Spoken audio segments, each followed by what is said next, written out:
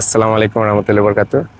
এই সামনেই আমাদের ওই যে বেনুখালী বাস স্ট্যান্ড, এই যে এই গাছগুলোর পরেই এখানে হলো সরকারি আরেকটা প্রজেক্ট।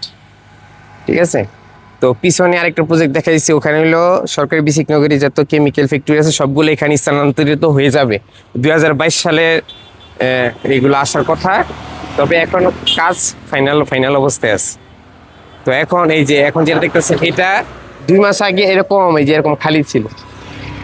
2 মাস না, তিন তিন তিন চার 3 মাস আগে আর কি। তো এই যে এখানে প্রচুর জমি, এখানে 100 একর জমি একোয়ার করা হয়েছে সরকার থেকে। তো ওই যে দেখা যাইতেছে, আমি একটু জুম করে দেখাবো, এটা খুব দ্রুত কাজ করতেছে। এখানে যত কুটির শিল্প আছে সব এখানে স্থানান্তরিত হয়ে যাবে।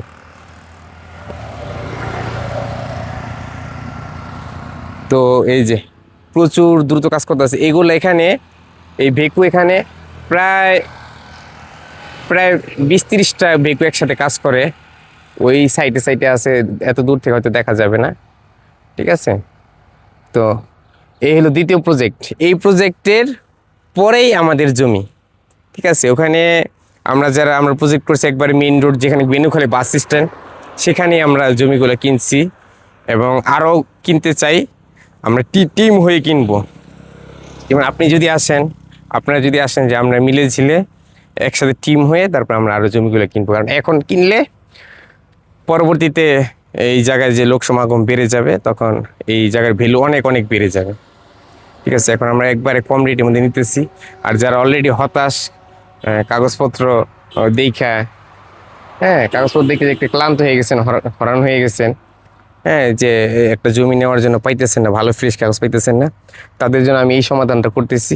আপনি আমাদের সাথে একদিন বসেন, দেখেন, যদি মনে করেন যে হ্যাঁ কথার এবং কাগজের সাথে সব কিছু মিল আছে, তাহলে আমরা ইনশাল্লাহ এক টিম হইলাম আর কি। আপনাদের মানসিকতা আমরা দেখলাম, আমাদের মানসিকতা আপনারা দেখলেন। এই যে এখানে অনেক পাইপ লাগানো, জানি না দেখা যেতেছে কিনা, ওই যে পাইপ, দেখা যেতেছে। তো এখানে অনেকগুলো এরকম এরকম পাইপ লাগানো, অনেক, পুরো এই এরিয়াটা পুরাটাই একবারে এরকম হয়ে যেতেছে। ওই যে ওখানে আমি আর কয়েকটা পাইপ দেখাই। ঠিক আছে,